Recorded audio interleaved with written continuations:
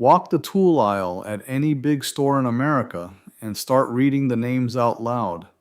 Craftsman, Husky, Kobalt, SK. Every one of them sounds like it was born in a shop somewhere in the Midwest, and every one of them wears the look of honest American steel. Now here is the part that should stop you cold. Out of a dozen proud American names on that wall, only three still forge and finish their own wrenches here and answer to no one who offshored the rest. A couple of others still run an American line, but under the very conglomerates that let the famous forges go cold. The rest kept the name and shipped the steel overseas. That flag printed on the box is doing a whole lot of lying, and I am going to show you just which three still earn it, and which ones are counting on you not to check. You know the tool I am talking about. The wrench your father put in your hand, the one that had a real weight to it, that felt like it meant something when you closed your fingers around it. Back then, the name stamped in the steel was a promise. It told you the people who made it stood behind it right here in a forge you could have driven to on a Sunday. That promise is all but gone now, and it left in the quiet. And the cruel part is that you cannot see it from the shelf. The offshored wrench and the American one hang on the very same peg, wearing the same familiar name, for prices that sit a hair apart. So you are left standing there guessing. By the end of this, you will not have to guess again. Let me give you the freshest wound because it happened just the other year. SK Tools. If you know tools, you know that name. An American icon since 1933, the outfit that invented the roundhead ratchet, forged for generations, in a big plant outside Chicago. According to Great Star's own announcement, in 2021, SK was sold, and the deal closed on the 30th of June that year. The buyer was Hangzhou Great Star, a Chinese tool conglomerate. The name still sits on the shelf, looking the way it always did. What forges it now is not the Chicago shop that made it a legend. So here's what we are doing. I am ranking the wrench and socket brands a working man finds on the shelf, on one single axis. Is the steel still forged in USA, or is that just a story printed on the label? And when two brands both forge here, the tiebreaker is simple. Who still answers to itself, and who answers to the conglomerate that offshored the last brand you trusted? We will walk from the ones that packed up and left to the ones still standing in the fire. I will name the only three that forge clean and free, and the one I would hand my own son. But I am going to be square with you about something the flag wavers never are. The imported tools are not garbage, that matters, and we will get to just why. First, you need to understand the trick because it is a legal one. In this country, a company cannot just stamp Made in USA on a box because it feels good. There is a federal standard, and the test, which you can read for yourself in the Code of Federal Regulations through Cornell Law School, is that the product has to be, in their exact words, all or virtually all made in the United States. That is a high bar. Almost everything, the steel and the labor both, has to be domestic. So watch how the brands dance around it. Some drop the clean label and print a softer one, made in USA with global materials, which is a lawyer's way of admitting the steel came from somewhere else. Softer still is assembled in USA, and that one can mean a wrench forged on the far side of the world and just bolted together and boxed up on our soil. For a wrench, the only thing that counts is where the drop forging happens, where hot steel gets beaten into its shape. That is the birth of the tool. Everything after it is just finishing work. And when a company lies about this, the rule has teeth. The Federal Trade Commission hit the equipment maker Kubota with a $2 million penalty in 2024 over false Made in USA labeling on imported parts. So the badge is theater. The forge is the truth. Let us sort them by it, worst to best. Start at the bottom with the ones that walked away. SK we just covered, sold overseas. Its production now spread across China, Taiwan, in a scaled down American operation. Craftsman sits down here too, and I will keep this short because that brand earned its own full story on this channel already. According to Slash Gear's walkthrough Craftsman's own product listings, the sockets today come almost all out of China and Taiwan. And the Texas plant that Stanley Black and Decker built to bring some of it home, the one we covered in the Craftsman video, closed its doors in 2023. Husky, the Home Depot name, is not forged by Home Depot at all. It is built by a rotating cast of contract manufacturers, much of it overseas, a little of it here. Kobalt over at Lowe's runs on Asian steel, Taiwan and China. And Gear Wrench, that ratcheting wrench a lot of you swear by, is made in Taiwan and China. And here I owe it some fairness because Gear Wrench never once claimed otherwise. It was never an old American forge that sold you out. It started life as a good imported tool, and it remains one. Not every name down at the bottom is a trader. Some were honest imports from the very first day. And here is the part the flag-waving videos will never tell you, so I will. The imported tools are not junk. When the fellow over at Project Farm put these brands on a bench and tortured them, the cheap imports held up just fine. And what predicted which one cracked was not the flag on the handle, it was the shape of the box end, the geometry of the jaw.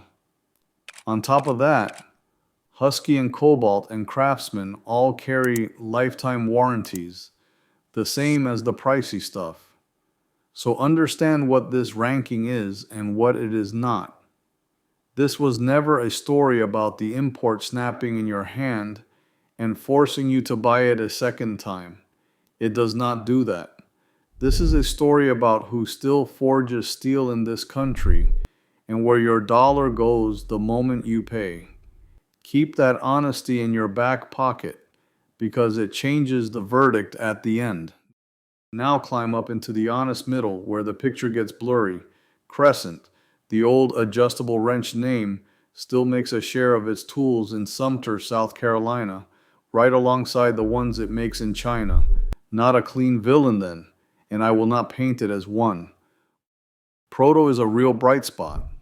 Most of its wrenches and sockets are still made here, in Georgia and in Texas, and that deserves credit. Proto forges as much here as the names at the very top do, and that is exactly why it is worth naming. The asterisk, the reason it sits here and not higher, is that Proto is owned by Stanley Black and Decker, the same conglomerate that let the Craftsman forge go cold. So you are placing your trust in the exact parent that offshored the last brand you trusted. And Williams, which is Snap-on's industrial line, still sells a genuine American-made line, but you have to read the part number to be sure you are holding it, because that catalog is a mix, quick one, and I want to hear this from you. What is the oldest American-made wrench still riding in your box, and does the company whose name is on it even forge here anymore? Drop it down in the comments because a real tool with a real history tells this story better than I ever could, and I read every last one of them. Now the top of the wall, the one still standing in the fire. In third place, Snap-on. The wrenches are forged in Elizabethton, Tennessee. The sockets come out of Milwaukee, Wisconsin, in a genuine forge shop, and the core hand tools are the real article. Still made here, warranted for life, and Snap-on still answers to itself. It costs you the earth and it rolls in on a truck, and that whole story got its own video, so I will just say it has earned its spot near the top. In second place, a name most of you have never once heard, and that is the entire point. Martin Tools, out of Arlington, Texas, dropped forging and finishing its own wrenches since 1917. No fanfare, no truck, no badge worship. Just a Texas forge that never stopped running. And before I give you the top spot, kill two ideas in your head for good. The first, that a famous American name means the tool is still made here. You now know that is the reverse, that the biggest names were the first ones out the door. The second, that forged here, made here, and assembled here all mean the same thing. They do not. Only one of the three means the steel was born in this country, and that is the only one worth paying a dime extra for. Which brings us to the top of the whole list, the tool I would hand my own son. Wright Tool out of Barberton, Ohio, forging since 1927. And here is why it wins clean, with no asterisk hanging off it. Most of these brands, even the honest ones, buy their steel and then forge it, or worse, buy the forging already made and just finish it. Wright does the entire thing under one roof. It forges from its own alloy steel. It controls the chemistry of that alloy itself. Then it hot forges it, machines it, and heat treats it. Every step inside that one Ohio plant.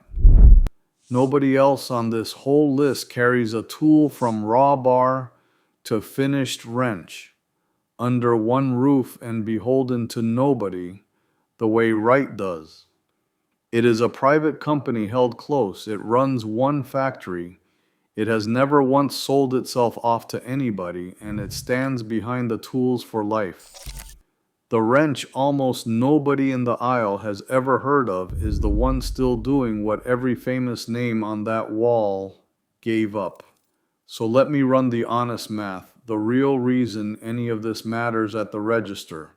A Wright American forged set runs you somewhere around $90.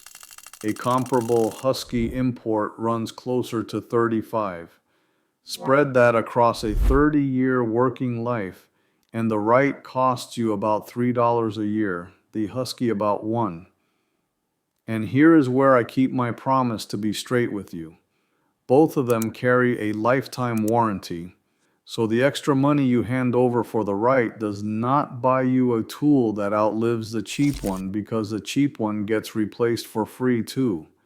What the extra money buys is a tighter fit that will not round off a stubborn bolt, steel that was forged by Americans, and a dollar that stays inside this country instead of sailing out of it.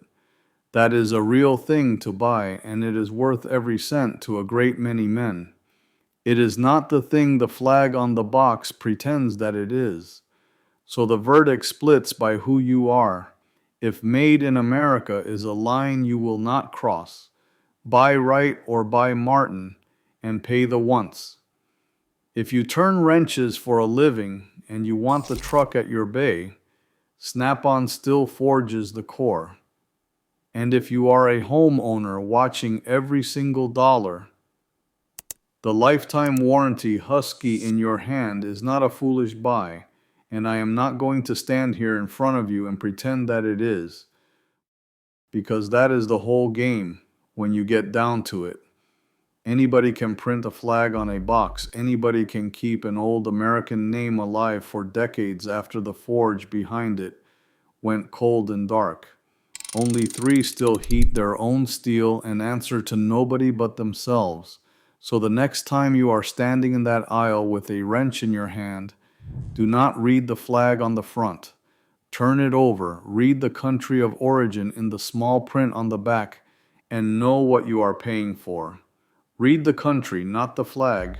If you want every one of these brands laid out in one place, where each tool is forged, the warranty standing behind it, and what it costs you a year to own, that is what I built the Buy It for Life brand ledger for. It is down in the description. No hype, just the receipts. Next time we go after the work boots and the very same lie, the Made in USA stamp riding on a boot that never once saw this country.